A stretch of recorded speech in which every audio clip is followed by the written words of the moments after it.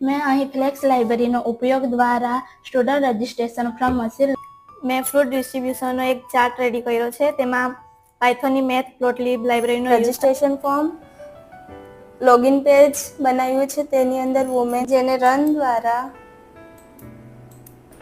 મેં Notepad ready કર્યું છે જેમાં ફ્રૂટ ચાર્ટ રેડી કર્યો છે.